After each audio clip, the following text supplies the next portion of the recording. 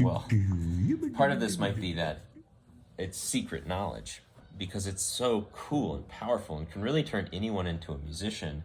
And maybe music has the power to like be used as propaganda or make people emotional about certain things. So maybe it's like too powerful to tell people the secret. I don't know. But I looked in through history for symbols that are the same symbol of this. It's basically the diatonic stone, I call it, the Philosopher's stone, because once you understand the shape, it will turn your rote memorizing, because you don't understand really what you're doing. You just know that you should do to play a D major, you do that and it plays a D major, but you're not necessarily understanding why things do what, because there's this image that explains to yourself why things are doing what. And so basically you can just use this to teach yourself music, and that's kind of the point of this channel. Is I'm trying to share these kind of feral musical philosophies with others while I use them to teach myself different instruments. I already can play the guitar okay. I can play the mandolin, meh. I barely play the banjo. I can play the ukulele all right. Piano, meh.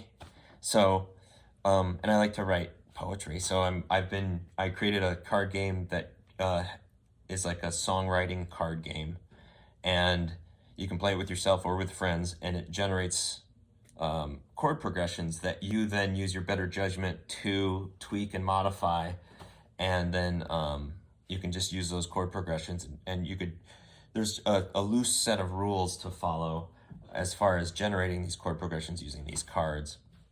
And then with the card comes this, there's 8 extra cards that you cut up, and you make one of these, I call it the noodle crutch. You make one of these noodle crutch tools to navigate music theory, and the piano does it for you. Like, the noodle crutch is the spiral staircase of the octaves, and they stack on top of one another instead of thinking about it like a linear staircase. If you think about it as a spiral staircase, these octaves all stack, and you don't hit every so basically you run in music, you're running up the staircase, down the staircase, but I didn't run down every little stair. I was skipping downstairs, and the pattern in which to skip or to step on a stair or to not step on a stair is reoccurring within each octave. So again, if you flip the staircase on the top and you look at it from the top, now you have a circle, like a clock face, because there's 12 spots, but instead of thinking about the 12 at the very top, you don't. You think about the 1 at the top, and you place whatever note you want to be the tonic, the main, the macho, the king of that thing. So you put it at the 1, say that's the A. So if that's the A, I'm in the key of A, and that goes at the top of this circle of 12 spots. But now I don't hit all 12 spots. If I did, it would draw a dodecagon, a 12-sided, equal distance-sided shape. But I'm in a 7-tone scale. The diatonic is a 7-tone scale.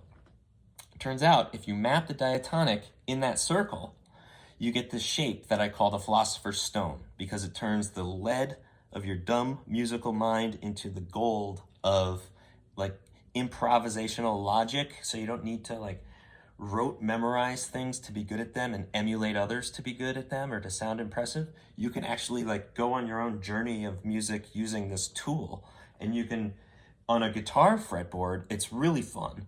And I'll make a bunch of videos of that. I don't own this piano, so I'm in a situation right now where I can play on the piano and learn a little better piano a little bit. But here we are at a piano, at the spiral staircase of a piano, 2 black keys, 3 black keys, 2 black keys, 3 black keys, 2 black keys. So before you even need to know the names of the keys, it's a good idea to like learn that as soon as possible.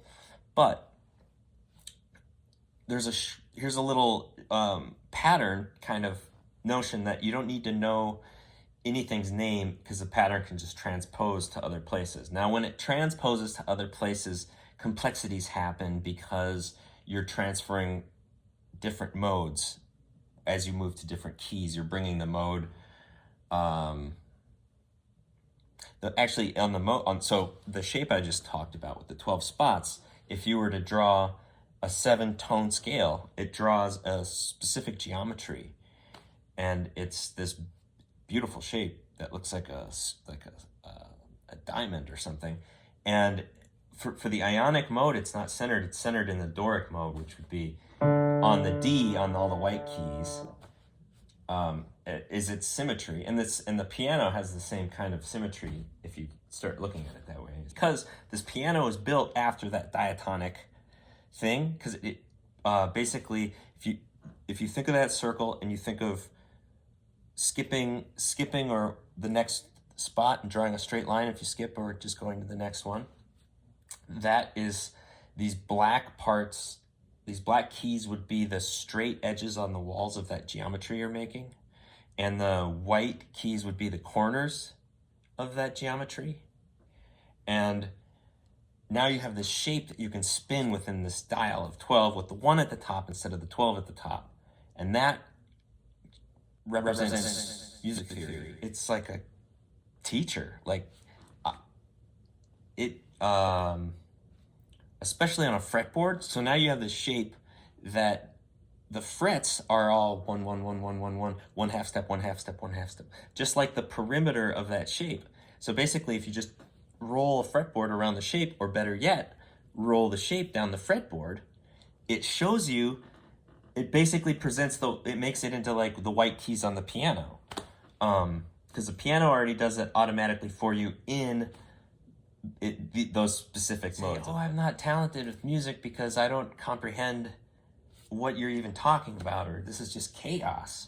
But if you just have that simple shape to remember, and then you apply that simple shape, and each note is like a corner on this dial, and you can roll and spin this dial, not necessarily down the piano keyboard. That's why the piano is it's I don't even know what to say about it. It's easy on certain things, and then it's extra hard on other things because it's easy in certain things. It lends itself to playing a G mixo chord and a C ionic chord, so you get a lot of C and G in like common music.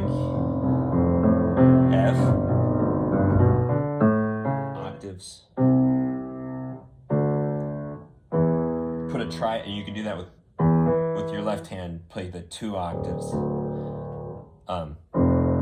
As long as you play this in the same relative location,